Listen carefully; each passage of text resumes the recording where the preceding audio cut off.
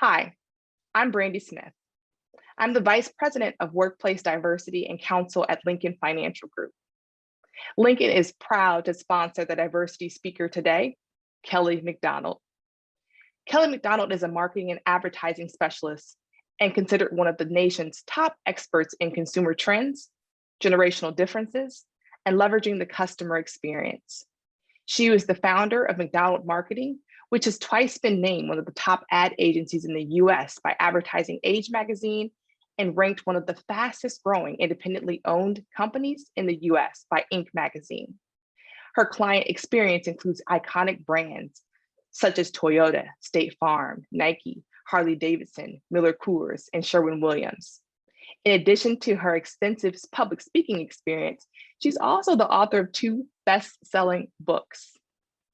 I hope you're ready to hear from consumer trends, marketing, and sell expert, Kelly McDonald.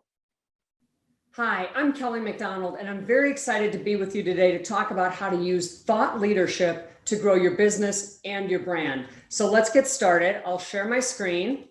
Let's get started with using thought leadership to grow your business and your brand. What we're going to cover today is what thought leadership is, why it matters, what it's not, and 15 tactics for thought leadership success. So, what is thought leadership? Sharing content that taps into your talent, your expertise, your experiences, your knowledge, and that consistently answers the biggest questions that your clients, your prospects, and anyone who's in your target audience might have. That's what thought leadership is. You're the expert and you are sharing your point of view and your perspective based on your deep and vast experience. It's also an ongoing process of educating and building trust with a following or an audience in a highly engaging way with high quality content. And thought leaders provide the very best and usually the deepest answers to the most complex or complicated questions or nuanced issues that affect business. And content that is recognized as innovative, covering trends and topics that influence an industry. Now, everybody watching this is qualified in these ways. You're experienced professionals with deep knowledge. You can be a thought leader. It's all about how you actually position yourself and the content that you share with your followers, your prospects, your clients, and your audiences. So why does it matter? This is kind of almost a buzzword these days, thought leadership. But why does it matter? Why is everyone talking about it? And why are so many people trying to establish themselves as significant thought leaders? It's because it differentiates you from your competition. Chances are your competition is not doing this because it's a bit of work that's on top of all of your other work that you do. But it fosters trust with the people who will pay attention to what you're sharing. Because by communicating your thought leadership, you're joining the conversation early in the consumer journey. So whether they're trying to get more information or get a question answered or an issue clarified, you are the go-to person then and the expert. Your audience gets to know you. And you define your brand purpose and your solutions in your customers' terms. The best thought leaders are the ones who take the issues and questions that they hear most and then answer them and provide valuable information that helps people learn and do better. It also establishes your expertise. You present a depth of knowledge that no one else has because no one else has your perspective and your experience, and you identify your customers' challenges and share the best ways to overcome them. It also shortens the sales cycle because if someone sees you as an expert, they see less reason to shop around and you've established yourself as the authority. So they're predisposed to doing business with you. And in fact, it lends significant credibility to your business and your brand. In fact, nearly half of C-suite leaders say that they will vet an organization by its thought leadership. That's unbelievable. And 81% say that their trust increases, after engaging with thought leadership content. So it really has a place in business that yields dividends, but also positions you as someone who gives back. Now, what thought leadership isn't? Here's what it isn't. It's not a sales pitch. It's not an ad. And it's not traditional marketing in the sense that you think of it with marketing your products and services and, maybe how many years you've been in business and, your background, et cetera. And it's not a pedigree. It's not about where you went to school. That's what it's not. So let's talk now about 15 tactics to establish yourself as an amazing thought leader and have success in this area. The first one is know your audience. Now, this is a basic business skill, which is I can't provide relevant content to you unless I know who I'm talking to and what they care about and what their issues are. So if you know your audience, it'll help you frame that content. Is there a problem that you can solve for them, or a problem that keeps coming up that you keep hearing about and people are asking about it? Is there an industry or perhaps even an economic trend that is affecting your clients and prospects? You can weigh in on this. And you can also join key industry associations like NAILBA and join publications and subscribe to publications and also join LinkedIn groups. What that does is it really plugs you into the pipeline of what is going on. It keeps your finger on the pulse of where your audience stands on a topic and the recent developments that may affect such a topic. So speaking of topics, if you're going to provide content and thought leadership, you have to choose a relevant or timely topic to share with the people who are going to follow you. So here's a good place to start, because a lot of people will ask me, well, I don't even know, what to talk about. And I always say, think about when you introduce yourself to someone who doesn't know you. And one of the things they ask is, what do you do for a living? And you tell them. I'm betting that very often there are a number of questions that you get asked over and over and over again upon first meeting somebody. Those are the questions I would start with, because those are common questions that obviously tons of people have, and they're not knowledgeable about what you do and the products and services that you sell and how you help people. So that's a really good place to start. So what's a common problem for your clients right now? That's another great place to start. If you're hearing from your clients that they're concerned about, retirement, they're concerned about their, affording all of the things that they want to afford, including their children's education and, aging parents and things like that, then you start to see a pattern of what people care about. What's a key trend that you see that affects your clients and prospects? And another great place to start is, let's say you've read an interesting article in, USA Today or the Wall Street Journal, and you came across a fact or a stat that said 81% of Americans, or 90% of Americans have, fewer than $5,000 saved for retirement. That could be a great jumping off point where you could say, I was reading this article and I came across this stat. And of course, in my industry, we know these things, but I wanted you to know it. The latest poll shows this. And that's a troubling stat. And here's how annuities and life insurance and retirement planning can secure your financial future for you. Eliminate pain points. Everybody has pain points. And we always say, people don't buy products. What they really buy are solutions. And if you can solve somebody's pain point, you can actually do business with them. So you can lead with the unique perspective that you have that comes from dealing with dozens, if not hundreds of customers and all the companies and suppliers and carriers that you work with and everything that you've learned, or a challenge that you've identified and how you've solved it. You can share a problem and then provide the solution. So how do you know perhaps what your clients or your prospects' pain points are? It's simple. Ask. If you don't know, you can ask them and say, what is the thing that you could use the most help with? What could I provide you that would actually help you, feel more prepared for your retirement or more prepared for your family's financial future? Just ask, what are the things that they're concerned about or perhaps they don't know about? If you can uncover their unmet needs and solve them, then you are a thought leader. So solving them can come with all kinds of value, and you can deliver value at every conceivable touch point.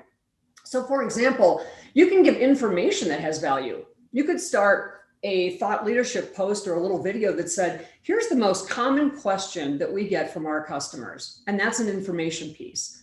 And then here's the educational piece. Here's why we get that question, because the topic can be confusing. And then your expertise. But with 30 years of experience, we've dealt with this issue many, many times, and situational. And so what we see typically with a family of your size is this kind of situation. And here's how we work around the ABC or the XY issues for individuals and families of your size. And then you've given value at every point: informational, educational, your expertise, situational, and even creative problem solving. So that would not take very long to do in a video. And you could establish yourself as providing value at every point. Building trust is very important, as you know. No one can actually be successful in business if people don't trust them and rely upon them and depend upon them. So one of the fastest ways that you can build trust with an audience and a following is to give something for nothing. Because when you give something freely and there's no strings attached, and you say, I have experience in this, let me tell you what I know, then people have a reason to trust you because you didn't ask for anything back. You didn't say, buy my product or, do business with me. You just simply said, here's what I know. So if you can provide valuable and useful information about topics that people are interested in, your audience is going to follow you, and they're also going to start keeping an eye out for your latest content, whether it's a post on LinkedIn or a video on YouTube, etc. You also have to be specific, though, if you're going to be a thought leader. You know so much. Your knowledge and your experience is so vast. I mean, where do you start? Pick one thing. Avoid spray and pray. That's what I call it, spray and pray, where you just spray a bunch of stuff out there and hope to God it sticks. So it's better to share advice or experience and expertise on one particular topic and zone in on that. And then you're inherently zoning in on a smaller group of people, but it'll mean more because you're very, very laser focused. It's what I call bigger, better, fewer. I would rather talk about bigger issues, better issues, and do fewer posts than to try to actually come up with a post or a thought content piece that covers way too much and goes on way too long. So keep it simple, keep it focused, bigger, better, fewer. Tackle that one problem or that question one at a time, stay focused, and then move on. And don't try to pour all of your knowledge into your first article or post or video. It's impossible anyway, and you'll ramble. So stay focused, actually just provide laser sharp content and solutions, and you will become that thought leader expert. And mix it up. People follow different types of content for different reasons. And then the analogy that I always use is some people like to watch a lot of television and some people like to listen to a lot of music. Some people still read a daily newspaper. Some people like to read it online. Everyone prefers information the way that they prefer it. So mix it up and make sure you're not just doing the same thing over and over. So you could do a guest post for an organization or a publication. You can do videos. If you ever get press mentions, you should share that and say, I was honored to be featured in the XYZ magazine. And here's the article that I was featured in, and put a link to it. White papers, if you've shared any research or have a deeply, deeply complex and thought-provoking point of view on something. Any awards that you've won, resources that are on demand, like downloadable reports and articles. And I love the articles because people always say, oh my gosh, I don't have time to write articles. You don't have to. All you have to do is find an article that you agree with, and you can share that. And as long as you source it properly and say who the author is or where it was published and the date, you're covered. And people love videos. It is amazing to me that people will watch videos much more than they will read an article. And that's just the way it is. Many people are visual learners. In fact, I would say most are. And visuals actually aid retention. So, we've all heard of AV, and it's because some of us learn by hearing and some of us learn by watching. And videos, of course, combine the two. So you can create a YouTube channel for your business and your agency and yourself if you haven't already done so. It's super simple, and you can start posting all of the videos that you make on a significant one channel place where people can find you and follow you. When you're recording a video, be yourself. People are not looking for perfection. They're looking for authentic. So if you stumble, like I've done a couple times, just keep going and you're going to get your point across. Let your enthusiasm and your passion for what you do show. Focus on the benefits and solutions to problems rather than a pitch. You will not have to pitch people if you tell them what to do and how to do it. People want solutions. Again, they don't buy products, they buy solutions. And here's a few more video tips because videos are such a big part of our world now. The first thing is keep it short. The attention span simply isn't there. 30 seconds to 2 minutes max. And focus on one thing. Again, I'd rather see you do a series of 15 tips than to try to do 5 tips in one video. Just keep them really short and focused, and focus on a problem that you can solve or a tip that you can give. Subtitle it. Now, you might not have thought about that. Why subtitling? Because many people are watching videos while they're on a long, boring conference call and they can't put the volume on. So they just read it and watch it as a subtitled video. We use a company called rev.com. I'm not, shilling for them or an influencer or anything like that. I'm just saying there's a lot of services and a lot of programs that can do it for free, but I don't have time. And so I send it off to Rev, and they're unbelievably cheap and they're unbelievably fast. I can send a 3-minute video over to them. They'll send it back to me. It costs me about $4 and I get it back in an hour. They can also do foreign translations. So for those of you who are serving a clientele who perhaps speaks a language other than English, then you're covered on that too. Number 7 is deliver the right content at the right time. That's incredibly important as a thought leader, because a thought leader would have their finger on the pulse of what's going on out there. So content changes as the world changes. So how do you know what the right content at the right time is? Well, this is where Google Trends is now your new best friend. And if you haven't been ever on Google Trends or introduced to it, allow me to introduce you. And my warning is that you can go down the rabbit hole on this. So set aside some time when you want to explore, because I can lose easily 90 minutes to Google Trends without even knowing. So here's what Google Trends does and what it looks like. You can see here that I'm on Google Trends, and you just go to googletrends.com. And what you do is you put in a search term, and that search term is going to pull up every search for that topic that has happened in a period of time and show you how that's trending. So I chose the entire United States, and I chose the past 90 days, but you can put the past year, you can put the last 30 days, the last 7 days, the last hour, and you can find what are people Googling when they're Googling retirement security and what are the related searches. Now, why is this important? Because people Google what they want to know and what they fear and what they want information on. That's what people Google. So if people are Googling things, then there's high interest in there, and there's also questions. Oh, sorry. So you can see here that their interest peaked on these searches here around April, looks like April 10th or 12th. And then it peaked again in early May. And you can see there that that's how the trend is. But here's where it gets interesting.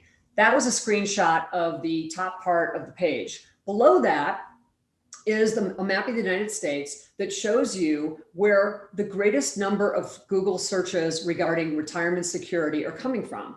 And so in this case, it's Wyoming. And if you're using Wyoming as an index of 100, then how you read this is South Dakota has 18% fewer Google searches on this topic than Wyoming. Nebraska has 27 fewer Google searches on this topic than Wyoming. And you can see how it goes down from there. But here's where it gets really interesting to me. Related topics. So under related topics, I can see, and related queries, I can see all the things that people are actually Googling and how they, like when you Google things, you go off in different directions. So here are all these related topics. And you, as a financial services and financial security professional, could find lots of ways to use the information that you're getting from their Googles to create a meaningful post. Here's another one, just as an example. I put in annuity. And here we see, again, the United States 90 days, but here New York came up as the greatest number of Google searches for annuities came from New York, followed by Hawaii, Connecticut, etc. And then under related topics and related queries, I thought this was interesting, is that, tax sheltered annuities came up, non-qualified annuity, annuity payout calculator. So you might do a post that says, what's a tax sheltered annuity? That's a good question, and I'm here to explain it to you today. Boom. You have now created relevant content that is based on information that people are actually looking for, and you're not having to guess whether your content is good. Another great way, again, our friend Google, is to just start typing a question into Google and see what populates as related queries. So as you can see, this was an actual search I did, and I didn't even get to the T in annuity before boom, boom, boom, boom, boom. All these questions started populating. So what's the difference between annuity and life insurance? You get that all the time. What about an annuity and an IRA, an annuity and a pension, annuity and perpetuity? The list goes on and on. What a great starting point for you to be able to say, we get the question all the time about what is an annuity, and then we get other questions about how it differs from a pension or how it differs from an IRA. Let's break that down for you today. Wouldn't that be a helpful thought leadership content piece? I think so.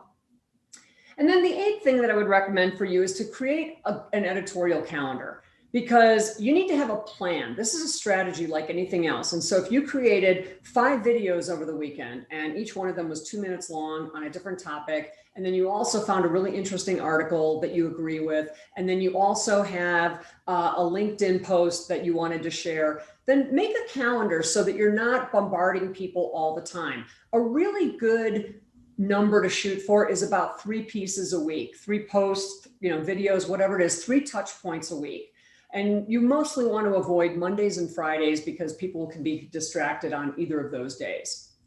Social media is a gold mine, as you probably know, and it's also free. So use it, but use it the right way. Make sure that your LinkedIn and Twitter profiles are up to date. These are the 2 biggest powerhouses when it comes to thought leadership. And the reason I say this is because many people actually set up their LinkedIn profile 15, 20 years ago, and maybe they really haven't updated it since then. They just kind of got it on autopilot.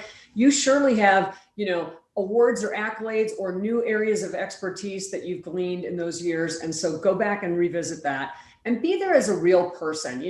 Put a headshot in there. There's nothing worse than seeing somebody's or even a business's profile and there's just nothing there. I mean, it doesn't really engage me. Engage with people. This is a conversation. It's not a sales pitch. So as people comment and respond to your posts and what you're sharing, respond back and either thank them or expand the conversation. Also, follow people back. It's a sign of courtesy and respect so that you're not just going, here, I'm so awesome, follow me. You're following people back and you're also going to learn more about them. And that's going to give you more content and more thoughts for great thought leadership content. Now, here's one you might not have thought of. Get local publicity by helping your local media. So your local media, I promise you, and the reporters who work at the television stations and the radio stations, they are starved for new angles on how the economy and personal savings affect retirement. Because this is news and it's relevant and it affects everyone. Everyone at some point is not going to work anymore. And so you can help. If you can offer a fresh idea that solves a problem for viewers and listeners, and therefore the reporter or the editor that's covering this, you are their best friend. Maybe you could do something like what to look for in an annuity now, or 3 things to ask your insurance agent or broker about retirement savings now. If you reach out to a local station and say, here's who I am and here's what I do, and there's a lot going on, there's a lot of chatter, about retirement and financial security now, and I have some information that I could share with you that might be a nice piece. They're hungry for those kinds of pieces and you can provide it. So this is an actual screenshot of an insurance agent. She's in the P&C industry, but she actually got on her local television station and had a 2-minute segment talking about 3 things to look for in auto insurance, etc. Use positive messaging. The world is full of enough negative stuff. We don't need to add to it. And so use positive messaging. You're there to solve a problem. You're there to help people. And that in and of itself is positive. But I want to share with you why this is so important. Because there's a universal truth behind this, and that is that there are only 2 things in the whole world that motivate us. Only 2. And they are probably not what you think. It's not money. It's not power. It's hope and fear. Only those 2 things motivate us. And they both work, but they work in different ways. Fear is incredibly effective for short-term results. I always think of Macy's one-day sale. If you missed it, You paid too much. So fear can be effective, but it's not sustainable. Hope is far more compelling and sustainable because it touches our hearts. Hope changes everything. We all want hope. So I want to show you an example. This may be one of the best examples of positive messaging in your industry that I've ever seen. And that is this ad here from New York Life. So an attractive couple, looks like they're in their early 50s. And the headline says, "Here's to a long life." And that's a beautiful message, right? Here's to a long life.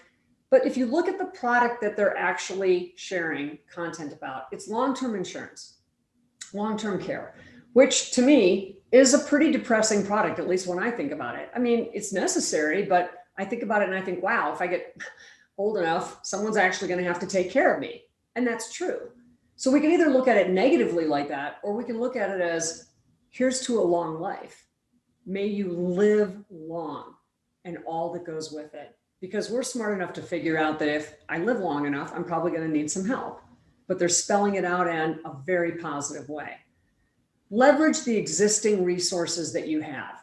All of you have so much content available from so many different sources, including your carriers. You do not have to create everything yourself. In fact, you wouldn't be able to. There's such good stuff out there.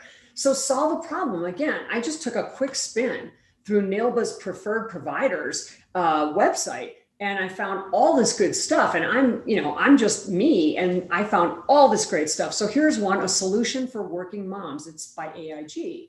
Well, there's a million zillion working moms out there, single head of household, and there's a lot of pressure on those moms. So talk about solving a problem. Here's one from Transamerica, Planning to Outsmart Cancer, a field guide to life after a cancer diagnosis. So aren't these life events? Aren't these real life situations? Aren't these things that your clients and your customers and all of us worry about and care about and want to protect ourselves against? Of course they are, but you don't have to come up with all of this. There's booklets, there's articles, it's all there for you. Stay plugged into industry news as well. Keep tabs on the people that you follow and that you connect with and the organizations that you're connected with, because you have to keep up with relevant news. You can't be a thought leader if you're not keeping up with what is going on, not only in your industry, but related industries, in the economy, et cetera. And keep up with the news that affects others' industries as well. Let's say you've got clients that are in a specific sector and there's some, new regulations or something that are actually affecting them. Well, you need to know about that, whether it's positive or negative, whatever it is. If something happens or changes, you want to be able to know about it so that you can create an appropriate message, either to that individual or as a post, as a thought leader post. And stay in the game. It's very important to stay in the game. This is a long haul effort. This is not a quick sale, and this is not the flavor of the month. Thought leadership is you establishing yourself as the preeminent expert in your field, whether it's in your location or your region or your industry. And that's a long haul game. So this isn't a task. Don't treat it as, oh, I've got to do a thought leadership piece this week. Realize that what you're sharing is a contribution, and your contribution is deeply meaningful to your network, your clients, and your followers. Thought leadership is a strategy, and it's also content. It's a strategy about content. And content is way bigger than marketing. This is powerful stuff. Take it seriously, persist, and stay in the game. Lastly, I want to leave you with this: helping beat selling. Helping beat selling every time. Because if you help me, you're going to sell me. And if you help me, you don't have to sell me. So that's how thought leaders grow their business and their brand. I'm Kelly McDonald, and I want to thank you for joining me today. I will be back this fall to do another virtual session for NAILBA, and it's called How to Work With and Lead People Not Like You. You're not going to want to miss it. Check in and keep your eye on the NAILBA website for the exact date and time, and I will see you there. Thanks for joining.